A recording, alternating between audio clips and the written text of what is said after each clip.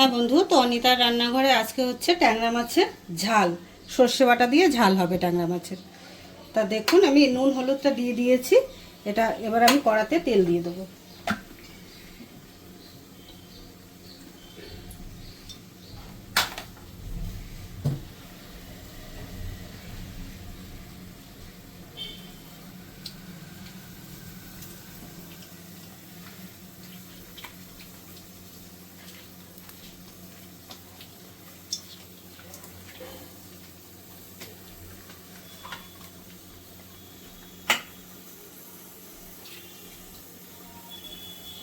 হ্যাঁ বন্ধু, তো তেলটাও হয়ে গেছে।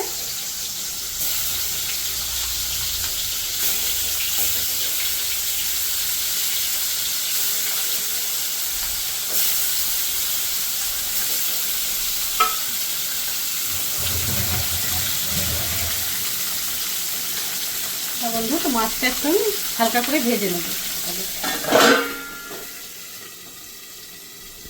দেখুন মাছগুলো ভাজা হয়ে গেছে। মাছগুলো ভাজা হয়ে গেছে। এবার আমরা এটাকে মাছটা নিয়ে নামাবো না, এটার পাশে একটুখানি দিয়ে দেবো ফোড়নে কালো জিরে।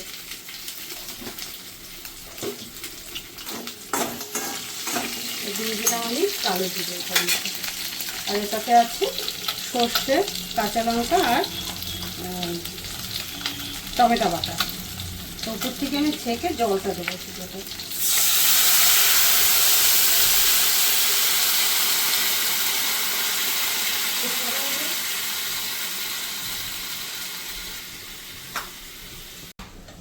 হ্যাঁ বন্ধু, তো দিয়ে দিলাম আমি মশলাটা।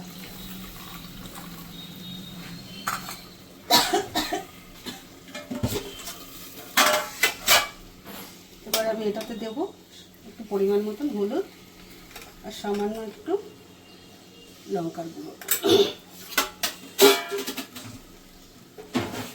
আর দেবো পরিমাণ মতন নুন।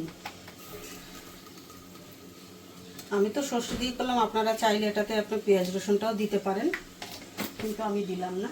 সর্ষেটা দিয়ে অন্যরকম একটা টেস্ট আসে। এবার আমি এটাতে ধনে পাতাটাও দিয়ে দেবো।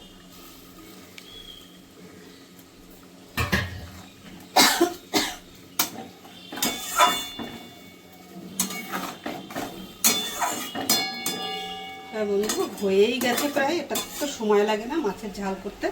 তা ঢেকে দিলাম, ফিরে আসছি আমি 10 মিনিট পরে। হ্যাঁ বন্ধু, তো দেখে নিই আমার ট্যাংরা মাছটা হয়ে গেছে। ট্যাংরা মাছটা আমার হয়েই গেছে। ট্যাংরা মাছটা ছোটো, কিন্তু ডিম ভর্তি ট্যাংরা মাছটা। বন্ধু, এবার ট্যাংরা মাছের ঝাল হয়ে গেছে। এবার আমি এটাকে নামিয়ে নেব।